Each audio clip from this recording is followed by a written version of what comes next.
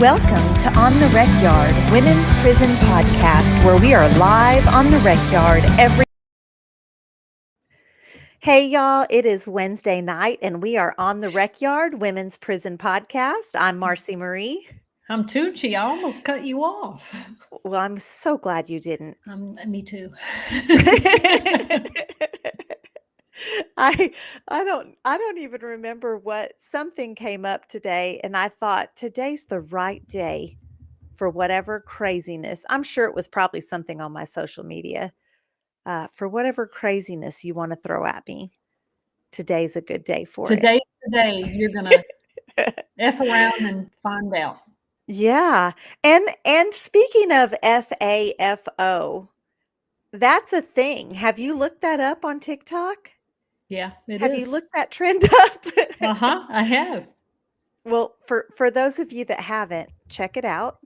Check it out. It's worth a look. Uh-huh. We see y'all coming into the show. We're so happy to see you. Thank y'all for joining us. This is our favorite night of the week. Thank you for liking the live, sharing the live, leaving comments. If you're watching on your cell phone, tap that screen. If you're listening wherever you hear your favorite podcasts, leave us a review. I did notice we have about 20 reviews now. Have you noticed that on Spotify? Yes. Did you leave all those, Toonch? Yes. No, I'm just kidding. No, other people did that. And hey, I don't know if you saw our Spotify, what do they call it? Unwrapped or Spotify Wrapped? Uh-huh. We came up quite a bit this year. Well, why didn't you share that with me? I don't have a good answer for you. What I do know, I want to tell you this so you're prepared. Okay. Because you're going to be like, really? So we increased our viewership. I think it was like 79% or 70%, something like that. And it's giving our top fans, all the jazz, right? Yeah. And it said other podcasts that the majority of your listeners listen to. Do you know what that other podcast was? Is it Locked In with Ian Bick? That was one of them. That was like further down the list, 3 or 4. Was it? Think of the worst podcast you can imagine. No, I hope I don't isolate people here. And you might be. If the majority of our listeners listen to it, and here you are coming in hard about it's the worst one, I think that's not it. Let's just stop this now. Right there. We'll stop. You know what it does show me? What it does show me is that y'all are open to 2 very different perspectives. So good for y'all. Is it Joe Rogan? It is Joe Rogan. Well, to be fair, a lot of people watch him. He's for all kinds of reasons. You're right. Yeah. People might just be researching. They might be researching. Or just curious about how some of his guests, not all of his guests, some of his guests are people that I like and have valid points. Then some of his guests are absolutely insane. So it's interesting. I just found it very interesting. I was not expecting our consistent viewers to be Joe Rogan fans, because I feel like we are so not that vibe at all. It's just kind of interesting. So it is interesting. Are we that vibe and we don't know it? I almost said I hope not, but I don't know if that's a rude thing to say either. Well, we're happy for our community here, and what y'all do. And here's Jerry Swain coming in hot. I like Joe Rogan. She wants to know why you're coming for him. And frankly, if Joe Rogan asked me to be on his show, I would be there. So, hey, well, let me just say this: my favorite podcast, other than ours, okay, and thank you for saying that. Thank you, because you just recently joined our Facebook page. I just recently started following this podcast. It is and if Lori's watching, it's the 2 women that are always like, I've had it with ladies, the 2 blondes. They do some political commentary. Is it called I've had it with this SHIT, or it's something like that? I'm going to look it up right now because they're my favorite. Now they're more my vibe, and I'm which is very different and very unique. But they're pretty funny. They are funny. They are very witty. They are They're that. clever. And they're Yes. hot blondes to me. I mean, they're older women, but but I say that, but maybe we're the same age. I don't And I know, feel Marcy. like you do that to me often. You talk about old folks or older women, and sometimes when I see the people you're talking about, they're younger than me, and that's a problem. I don't see you as my age. If you want to be honest, I really don't, Marcy. You don't seem like you're my age. Do you think I'm not mature enough? No, I don't. You seem younger than me in appearance is what I mean. We seem Well, similar emotionally, but and intellectually, but I just always think of you as so much younger because your appearance seems more youthful than mine. well, well, I don't even have anything smart to say about that. You Thank like you. how I did that? It is. It's called I've had it. I've had it. I've had That's a it. They great are. podcast. Don't stop listening to On the Rec Yard. Keep your On the Rec Yard routine, but if you were looking for a secondary, like your second favorite, check them out. Um, I do want to say we have a great show tonight. We are going to be talking about reading in prisons, what books meant to us while we were in prison, and what it meant when books got banned, when certain books got banned, and how that affected us as women and members of the LGBTQ community inside of Texas prisons. Jerry Swain's on. She's got over 3 decades experience inside of women's Texas prisons. And she says, I read 25 books a month. Thank goodness for family joining a book club for me. I donated my books to the library when I was through reading them. We're going to I'm 25. glad Miss Jerry's here because Miss Jerry, we're going to talk about those books that you checked out. Mm, I was the no, librarian for 10 years. I know everybody's reading habits. So I'm glad that Miss Jerry, an avid reader. She consumed books like a starving person consumes food. She was an avid reader, so I can't wait for her to that's add to the almost a book a day.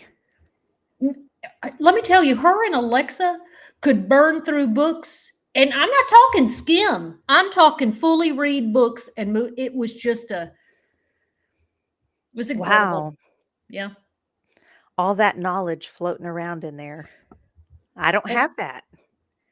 It takes me sometimes I would check, like, we would be allowed to check out 3 books a week, and I never could get through all 3. I rarely got through 2. Yeah, it wasn't for me. So, we're gonna be talking about that. Melissa Ramey's on the show also watching from Facebook. She says, "I think I read everything they had in the library at Valley." And people do go through all the books, and they get excited when the library releases new books. Uh, those Lane Murray, it wasn't as easy to access the library like that. So before we get to talking about books in prison and the ways that they helped us and the ways that we were prevented from getting help sometimes because of it, let's do this. Hey, Toonchi, let's nice and smooth, baby. I just see my little bestie on that, Cher Marie, uh, on just giving them hell on the Patrick O'Daniel unit. well, Marcy, you tell folks how your week and weekend went. Can you remember it? Now, see, then you wonder why you get lumped in with me when I'm talking about I can't remember stuff. What'd you Well, do this weekend? I was home. Just laying around, not doing it I was chasing a toddler all weekend. on that one foot, Huh? On 1 foot. Yeah. scooter booting around in that 1 foot man. We are supposed to go to San Diego for New Year's Eve, and I'm still not able to walk, and I don't know how I will navigate an airport because this little scooter thing It's not like I don't think I can take it on the airport. Like, I can't take it on the plane. There's nowhere for it to be. You have to, so like when people go like in their wheelchairs and they have to check them. And then I would have to hop to my seat from the entrance of the airplane. Like, that's Yeah, what it somebody would would, be? what they would do is they take you on. So the staff would take you on, and then they take your scooter once you're seated. And then they put it with all the stuff that, boy, I'm missing words tonight. Just gone. Bag Yeah. it with the equipment, whatever, and then when you get off, they come and get you and they bring the scooter to you.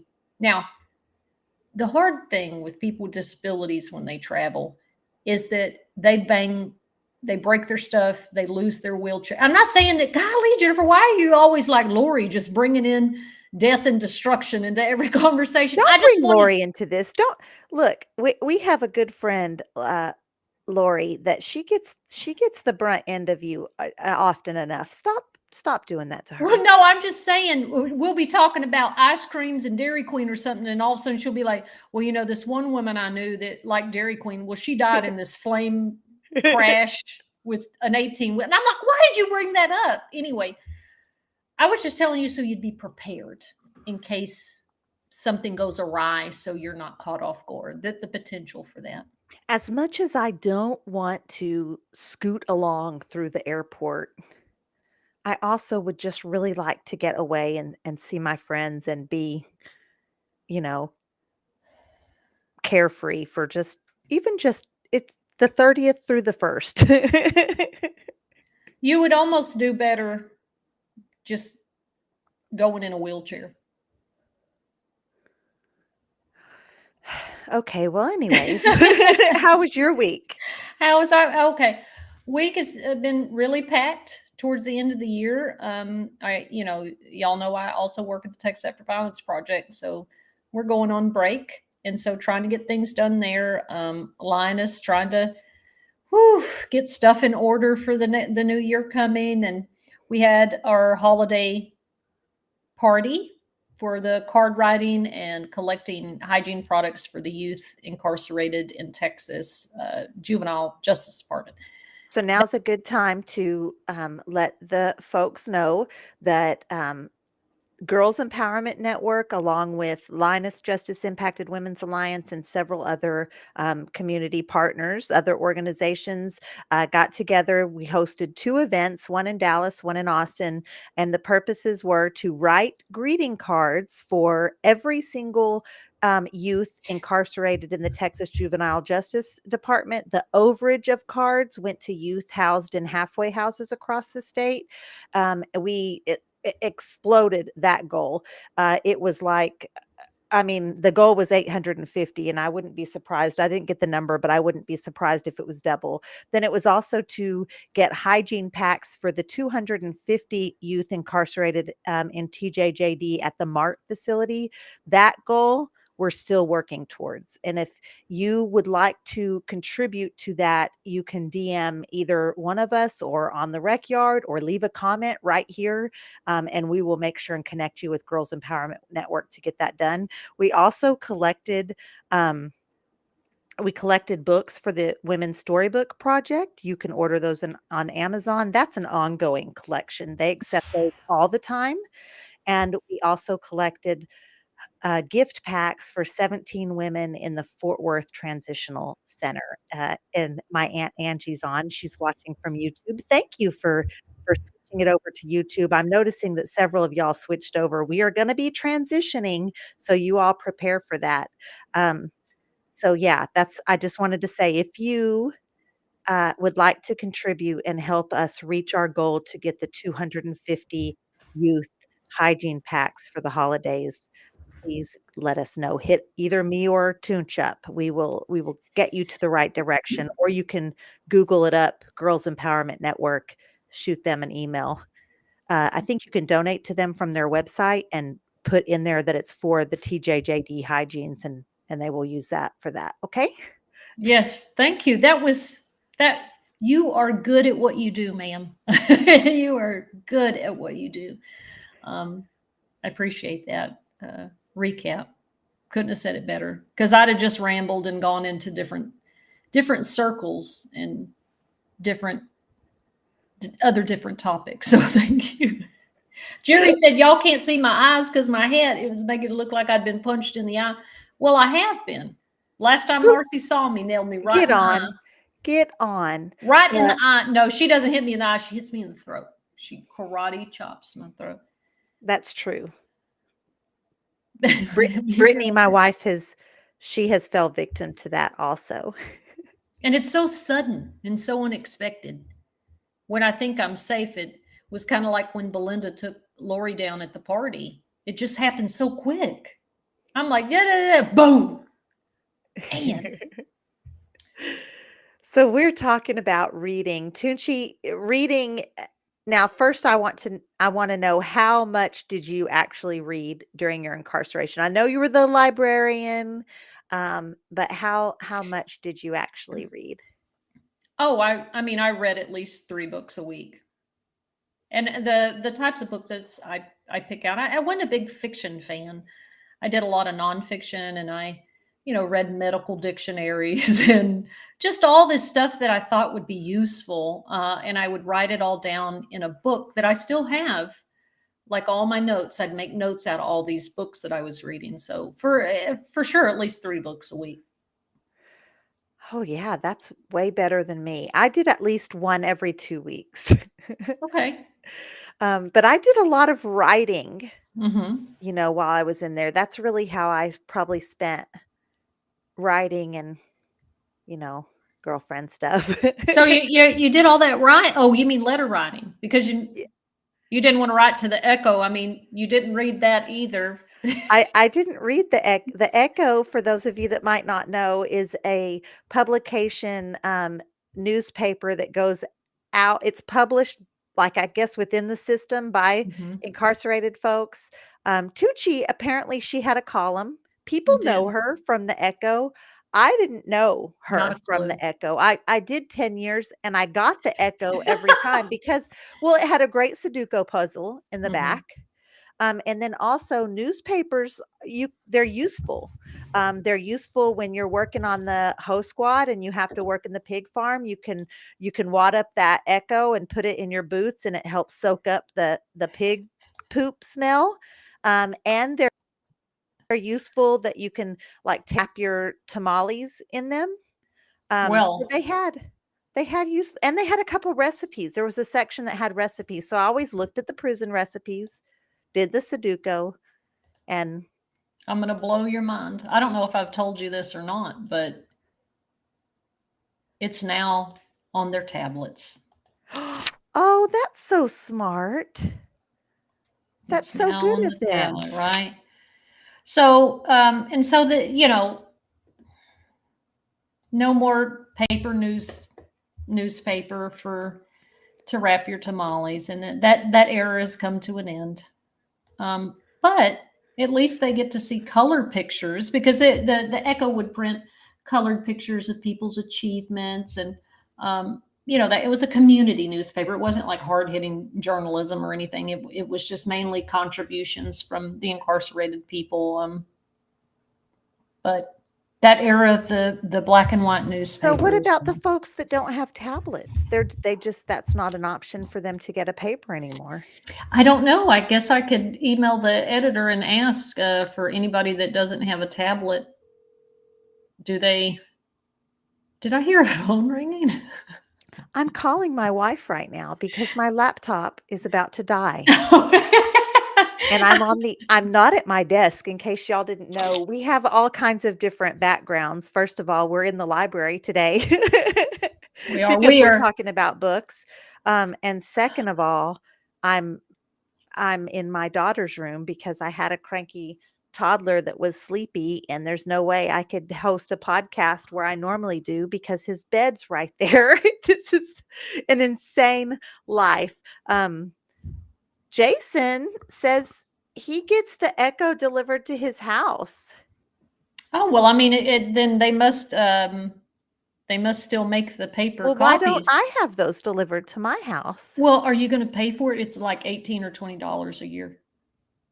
Well, I can afford that. I mean, I know I lost one of my big money incomes this week. I didn't mention that part. My income got cut in half this week. Um, but yeah, I can afford 18 or $20 a month. Well, or you can just look at the Wyndham post it on their website every publication, so you can just look at the digital copy if you want. But No, I that want was that Echo is for videos. oh, Jason, okay. I love that, and I didn't know it, so thank you for that, and I'm gonna look at that. Brittany and I would love to see an Echo. Do you remember being as a woman, and she's looking for an outlet right now. This is what's happening. My sweet wife is in here with the charger. But do you remember looking in the Echo, just and this is something I would do, is immediately look through the pictures to make sure Yeah. you didn't know anyone, or Yeah. or the few women that might the charger is way on the other side. We've got a lot going on right here. Yeah, and you would just hardly ever see women's graduations or anything. And hi, Brave. She's dived behind me to charge my laptop. She just thank you so much, honey. God bless. Yeah, and how we would never see women, just were not very well represented in that. Now I want to say this, and does it feel like that Linus is taking full credit for this? Yes, because I do believe it is because of our organizing and the way a group of women show up consistently, powerfully. Is that we've talked about it on the show before, whether it's for propaganda reasons, whether it's for, you know, for the incarcerated people, there has been a major uptick shift in making sure that there's more visibility of incarcerated women in their publications and their social media. So the Echo has actually done a much better job than it used to. What is happening? I'm plugging. The laptop came unplugged. This plug is not good. Oh boy. I want you all to know, Marci, it looks like the laptop fell. I think she's trying to log back on here now. Hello? Hello? So it looks like the laptop fell, and trying to get it plugged into a charger. I can't hear you. We hear you. We hear you very quietly. Cheesy Pete. My battery. Okay. Well, what we've got is a black screen and your voice in the distance, like you've been taken by the Matrix. Okay. I don't know. I hear you better. I hear you. Yeah, because I picked my mic up. Okay. I'm still not plugged in. Okay. This is literally me trying to do this with one leg. Oh no. And on this bed with my daughter has silk sheets, and I'm sliding off of the bed. Trying to. Oh my God. You know what though? Our viewership just went up. Well, naturally. So I want you to know everybody's invested in this storyline right now. Well, with what we're all here. With what's happening with me trying to get plugged in? Yes. Honey, because the laptop fell, it looked like you fell. I don't think you did, but it looked like everything just fell and then you disappeared. Like one of those news broadcasts where we suddenly have been interrupted. So like the reporters that are like reporting on a storm. Yeah. And then the camera goes dead. Yep. And everybody just everything watching. Falls to the ground. And so we've gotten a lot of close-up shots of your breast. I'm just not even understanding why this plug keeps coming undone. It's not making sense to me. Is it's coming undone at the wall or at the Yes, Jesus Lord. yeah. It's probably one of those outlets that I've had outlets with my back one here. Every time I plug something into it, it slips out of it and just And now I'm away from my light. So this is just how it's going to be. well, I mean, you look fine. Really, honestly. I mean, that was a lot of fun. I mean, not for you, and I'm sorry that you just went through that, but for us, it was kind of a shakeup there. But we're glad that you made it, and you're still with us, and you look just fine. Did I look graceful? Well, there was a moment that was a little like we were in your bosom quite a bit, but other than that, it was fun. Well, it's a great bosom. I mean, I'm not going to say that. I'm not Good, going to say that. smart girl. I wonder if my sweet wife is watching this, who came in and dove behind me so she could plug it in with trying to avoid the camera and trying to avoid this mess. I do want to relate this to the library, though. When I worked at the Mountain View O'Daniel Library for 9, 10 years, that's a long time to work in one workplace. And you're really not supposed to do that, but they let me. And And especially because that's kind of a privileged job. yeah, yeah, You could have been building relationships with staff. inappropriately with staff. Yeah. But, most people know that I don't really trust them ever. So there was no real danger of that other than the necessary relationship. But our shelves looked a lot like this, except we didn't have books crammed up there because no, we're not doing that in Toonchi's library. But a lot of stuff happened in there. It wasn't just about the books and the magazines and the reading material. That library for us at our unit, which we did have problem accessing too when I first started working there, until we kind of organized and grieved the policy about the access in terms of how much time you're allowed. And you're also allowed there on the weekend. So it kind of became a hub of information gathering, catching up with people, passing stuff, a little cuddle here, there, nobody fought. I can tell you, nobody ever fought. And there's sometimes people would get a little intense with each other, like couples and stuff. But there was also a lot of trying to clean or put books up or hang things up that resulted in Toonchi falling off chairs that she wasn't supposed to stack up 3 at a time, or a table collapsing under the weight of something. There was a lot of chaos in there. So this fit in. You fell at work in the library. I fell at work in the back of a box trailer that we were loading with hay, and we would have to stack the trailer would have to be full, and so we would have to get those last few bales of hay, those last square bales that went, like, in the top. We would just be having to just use all of our muscle that we could, and we would be standing with our feet in between the other bales and on the back of the truck and stretching, and the boss would be like, "You better get that hoe in there. I'm gonna hook your ass up if you don't get that in there." And we'd be like hitting it. And I'm on there one day, and it was me and man, I can't remember that chick's name, but she's still locked up. She had a really big number, but we were both just like Claudia.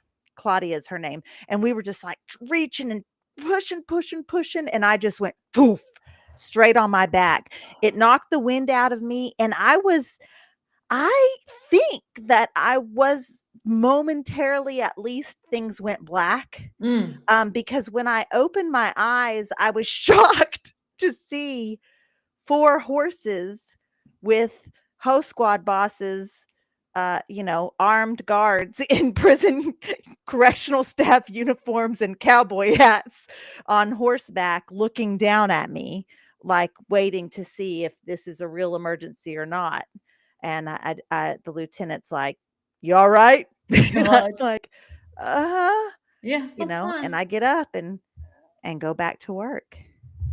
I mean, that's just what you had to do. You just have to keep going, or you're going to get written up for an unsafe act. Which, putting a chair on top of a table and a chair on top of that chair so I could reach up to hang a plant Not was not safe. a good idea. But I wanted the library to look a certain way because I remember other libraries looking, and it's something I've talked to that we have all talked to, like with Wyndham, uh, the over kind of they're the school district inside of our prisons here. You know, the libraries, yes, they want to feel inviting, but we're not children. We're not children. Don't decorate this like we're children. Don't put stuff up that, no, we're grown adults. And I think you can add pizzazz to it. So I wanted that library to be a place that people could access books and community. And I think over time were able to do that. But I know not every unit was like that. I've been in the Lane Murray Library, and while it has a bigger collection, it never felt accessible, even just waiting in there for college classes. It didn't feel it. It's something about it felt crowded, and I don't know. Well, and the staff was so it was just hard being in the education building because those officers, not all of them, not all of you now, but there were officers that worked in that education building that made it miserable to go to the library. And Yeah. then it was no talking, Yeah. 0, Mm-hmm. 0 talking. So you couldn't go like which is just another, you'll be standing next to someone looking in the same section of books, and for me, I like kind of, I like historical fictions that take me out of prison, and then I liked anything funny, so I'm in these, and you see someone pick up a book, and you wanna say, "Oh, I read that one, that's good." Or, "Hey, if you like that, you should try this one." That's your instinct. And you would get a disciplinary case. You'd get kicked out of the library. You picked out your book, you sat at the table in silence, and everybody had to get up and leave together. It was very much like you were, Yeah. a child, a Yeah. small child going to the library, or I don't know. It wasn't great. So, the majority of my books, fortunately, I had family that sent them in to me, and then the other part is that we read each other's books, even though technically that's against the rules. Imagine it being against the rules to lend someone a book. Yeah. Yeah. Right. Because we're not just talking about the actual libraries and the education building. People could mail us books in from outside vendors, and what do you do with a bunch of books when you're done with them? You either donate them to the library or you pass them around in the dorm, and we often did that. I am curious for other people in the chat. I know Miss Jerry said that she read a lot. I'd love to hear other people how much they read and what they read. One of the joys of my job really was I could every single person that came in there, I could tell you what they read, what kind of books they looked at, what did they want to read. Um, and I always knew when new books came in, like, hey, we need to let Miss Jerry know we just got. I'm not going. I'm not going to tell them, Miss Jerry. I know the type of books Miss Jerry likes. Um, Well, apparently so she liked a lot of types of books. She read 25 a month. Miss Jerry, if you're still here, you tell Marcy your favorite type of books. I also want to say the folks that read the most stayed out of trouble. That was one way that you could really stay out of the way, and that was completely, I mean, yeah, it was completely acceptable for you to be laid up, your entire time that you're not working reading. That was Alexa. Alexa would go to Braille. I'm telling her business here. I'm sorry. But she would go to Braille early in the morning, come back to the dorm, make her a little something to eat, take a shower, and lay and go down and go to bed. I mean, they got up at 2, at 3, or whatever, but that was her night, the end. Ain't no day room, ain't no rec, none of that stuff. She read her books. She must have read, like Jerry, thousands of books because it's an escape. Right.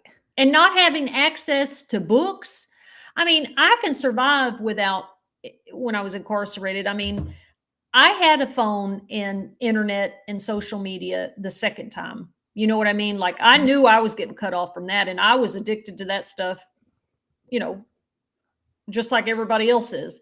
Right. I got in the inside. It took me a moment to get used to not having that, but I can't imagine being incarcerated and not having reading material. Brandon Warren is watching from Facebook. He says he went through one warden who only allowed 5 books in your property at a time. So, I just know during their lockdown, he said he would, had so many books during lockdown, he would shoot books down the run and pay people to carry them through lockdown. And I'll tell you what, Mr. Warren, we did that with makeup because you were at my unit, you were allowed 5 pieces of makeup. Yeah. It didn't matter what they were, but it was only 5. So when it came to lockdown and in a time that they were actually counting that stuff, we would just hand out all of our makeup to the non-makeup wearers. Even like trans men would carry. You would carry people's makeup too? Yeah. I had no, because I had a woman and I had to hold on to 5 pieces of makeup my whole life in prison. Every time I spent most of my time, I had a girlfriend. So I held, and I would have staff sometimes say, really, Toon? I said, well, aren't we allowed 5 pieces of makeup? So I did my part, Marcy. Yeah. I did. Well, it's important. It's important. I but I never had a restriction on how many books we could have, I don't think. No, I don't ever remember them restricting. It's interesting, Brandon, that you brought that up. They never restricted us on that. I remember opening Alexa's box, and it's like she had her room for food and stuff. Like, and well, you know how to structure a box to fit everything, but just a wall of books. And Miss Jerry kept a wall of books. So there were people that had libraries and would charge to check out books out of their personal library. Have you ever seen that? What are at Lane Murray? Yeah. Her What name were is y'all doing Drea. over there? What are y'all doing over there? I mean, we're not going to the real library because we don't want a disciplinary case. So we're shooting a noodle or a stamp down the run. And she would get the popular series, whatever was kind of popular. That was a big thing to read series of books, Yeah. you know, because that really was like you would get in line for them. I'm behind, so you would get so far down on the list. So you were reading historic. I saw Peaches here in the chat. Peaches, I want to know, was she capping on you? Did I miss it?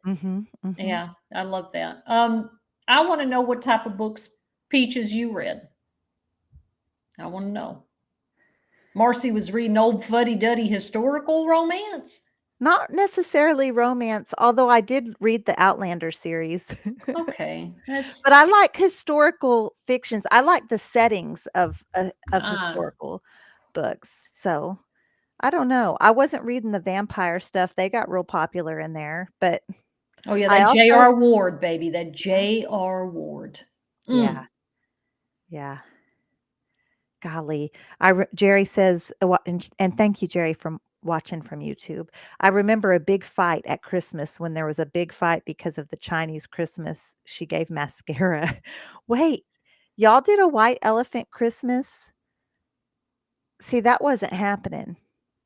Y'all, I mean, yeah, for y'all's holiday stuff in the day room when y'all got together and did stuff for the holiday, y'all didn't do. I never did a gift? white elephant. Now we did do sometimes if we had good law and we had Christmas parties, we would throw in prizes. So like it might cost you a candy bar to join the party.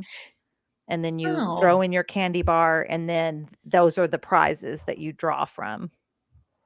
No, we always did where you know, the next person in line gets to pick the gift and then we did that. No, we wouldn't have been able to get away with that.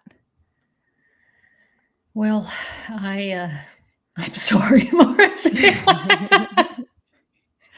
I mean, it's like, well, and you know, we tease each other about the different things that our units did, but that is how Mountain View is literally 5 minutes from Lane Murray, and the cultures and the difference in the way the staff treated people at those two units that were literally 5 minutes away is that shocking, right? Like, here we are with an accessible library that's well maintained, cared for.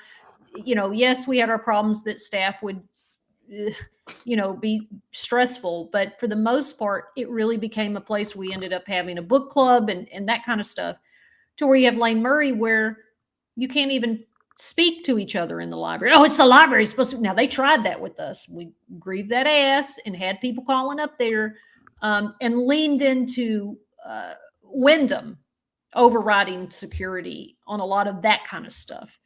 So when we're talking about access to books or any type of program, anything like that, it really does depend on the culture and the leadership at each unit.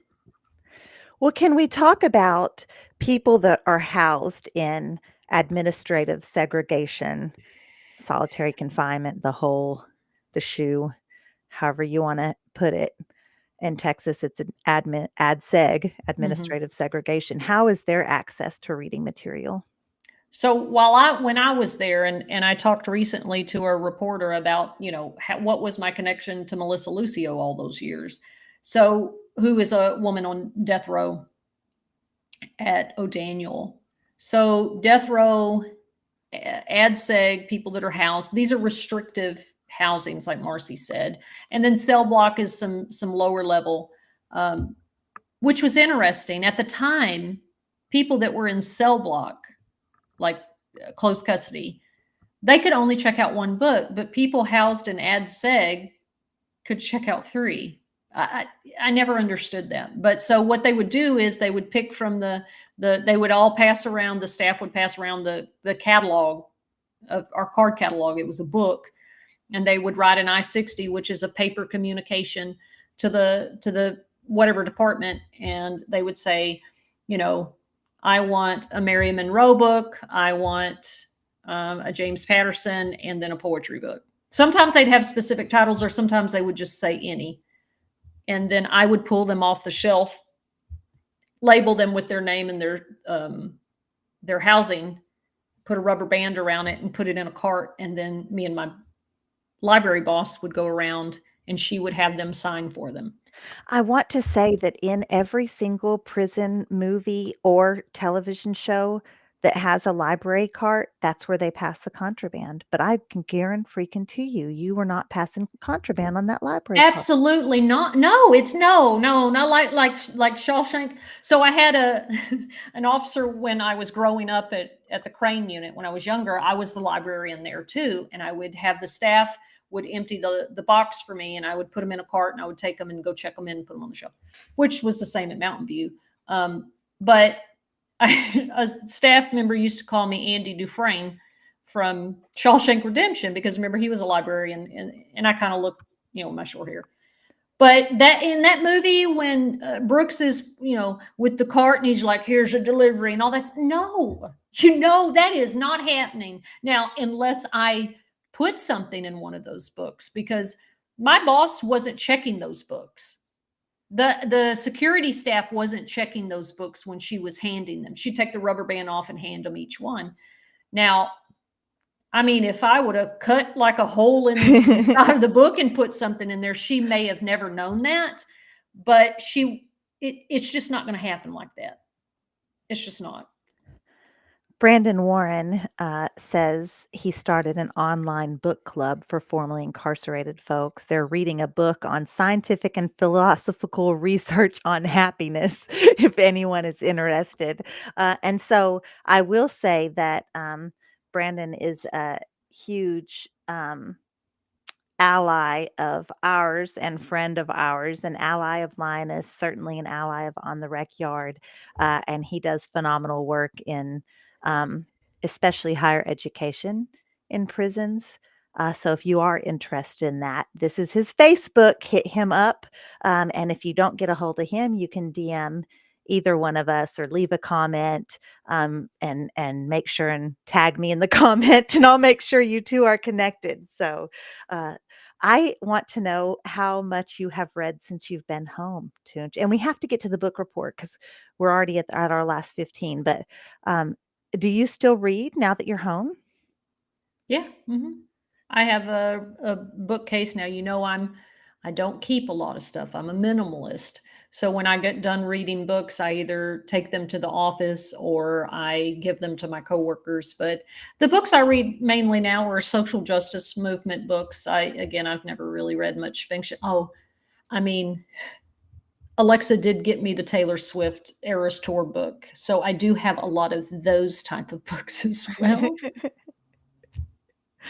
Okay. I have read a few criminal justice books. I have read a book about writing, like how to write a book. uh, but I bet in the 4 years I've been home, I have read less, more than five, but less than 10 books, going from reading one every 2 weeks. Yeah. I mean, it happens when you get out here. You have access to other types of media, but there is something very specific about. I know a lot of people like ebooks and they like their Kindles, and that's great. But I've never been able to embrace that. If I sit down to read, I want it as a book. And I think as we move into this world that digital things can be denied access to and replaced, or they'll turn off your streaming or whatever. Like, books are tangible things that you can keep, and they're documents. They're part of collecting history. So still important to have physical books. I want to, especially because we have some folks that did time in Texas men's prisons. And so I want to talk about access to books, and the lack of access to lots of books. And the organization that we're a part of, Lioness, Justice Impacted Women's Alliance, recently published a report alongside the Texas A&M Law Clinic. And it is about the way that book bans inside of Texas prisons uniquely affect and negatively affect, in particular, women and members of the LGBTQ community. You want to talk about that, Toonch?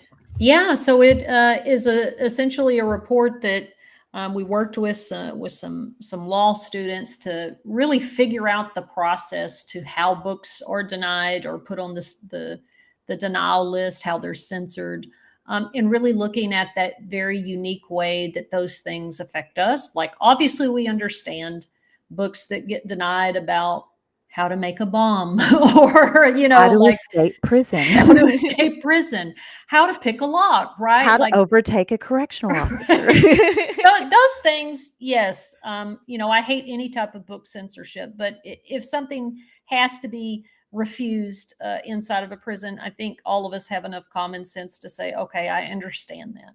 But a lot of times, as women, as queer people, we saw things that were denied arbitrarily, that almost felt like the erasure of our stories, right? Whether it's sexual abuse trauma, whether it's love stories depicting queer love and sexual relationships, those books would disappear or be denied way faster than other books that we didn't understand. Like, you're refusing this book because it has a sexual assault depiction in it. For example, The Color Purple, classic literature. But then we're getting all these James Patterson books where there's vivid descriptions of women being brutalized, right? So why is one depiction, it's fine, it's just fiction, where another one is like, oh no, this is clearly deviant or whatever? So just really starting to look at that. Jerry says that her National Geographic magazines were denied a lot, and I think that's a great example of the kind of denials that we're talking about. Right. Educational, obviously, in the National Geographic, they're not promoting violence. I mean, it's a factual magazine. Right. It's You know? a that documents cultures around the world, right? Like these are pictures and photo essays of cultures and indigenous cultures and history, which can include nudity. It can include, things that maybe some people find uncomfortable or whatever. But everybody knows that National Geographic is not porn, and that it's not, advocating violence. And that is the type of, I'm very curious of the guys here, what type of stuff that they were denied, that they felt were very targeted towards them. And while you all are thinking about that in the chat, I'll say that right along those same lines, a lot of health books got denied. A lot of physical health books, how to self-examine your breasts, like how to give yourself, like those how-to books I had denied, and we weren't getting a lot of anything that even had a drawing of what a woman's body looks like for us to really learn about our own anatomy was Mhm. denied. Yeah. So I am anxious. Um so maybe homosexual books were taken off the shelf, Eric says. Um and so we saw that as well. Uh kind of the erasure of the LGBT community as a whole. Right. Romance novels were allowed, but if it was a romance between a non-traditional couple, Yeah. then it was an issue and taken off the shelf. Yeah. And this report, it really did, it answered that thing that all of us, we knew, like we knew we had an experience. We didn't know how to point to it in real tangible ways, like this is the policy, this is the procedure. And what we discovered with those students was a lot of those policies and procedures were not really documented, or if they were really old policies, or they were not clear. So if anything, I think it really, our organization has spoken to the prison administration, the Wyndham School District, to start talking about those things. And from what I can tell from the conversations we've had, Marci, that that report mattered, and it mattered, in ways that maybe other folks would think were small, but to actually read that, hear our concerns and needs, and look through it and be able to say, you know what, this may not be happening a whole lot. We don't think it happens a whole lot, but what we did our part looking, it is happening. So what we need to do is better training. We need to do more thinking through what literature is, and maybe helping the prison agency understand that, while balancing security. And, for people that have had their voices completely silenced for years, to be able to have that credibility, to say, you know what, you have a point. Let's work on it. Let's figure it out. I think that is impactful. And I think it was good research. I think the artwork was beautiful. It was from a trans guy that we know. So I'm really proud of the work that we did around it. A trans man that was housed in a Texas women's prison and felt deeply about this subject. And so that was really exciting. I also just the way that the students they did their due diligence with contacting the agency, putting in records requests, conversations with the agency, and the takeaway after all of this research, the takeaway is that, like many things with the prison system nationwide, that it's not transparent. It's not, Yeah. the policies are vague, and of course, I think that they do that a little bit to protect themselves in some way. But what also is that mailroom clerks, it just varies across the state from unit to unit, and it's Yeah. so much um, discretion is left up to a mailroom clerk to decide without any very clear policy. Right. What has literary merit? I mean, I trust, somebody that is their thing, right? Like an actual librarian with a library science degree to be able to say, what literature is, or to be able to have a robust discussion with students or people that access the library. And I've seen a willingness to do that in a way that the agency as a whole doesn't always have, and especially with mailroom staff. They're not looking at it from the lens of an educator or, a historian or, a mental health provider that, man, this material would be good for. They're just strictly looking for what is the thing I can find that's dangerous to the security. How can I interpret this tiny little thing? Oh, that's nudity. Get it. Well, no, it's artwork.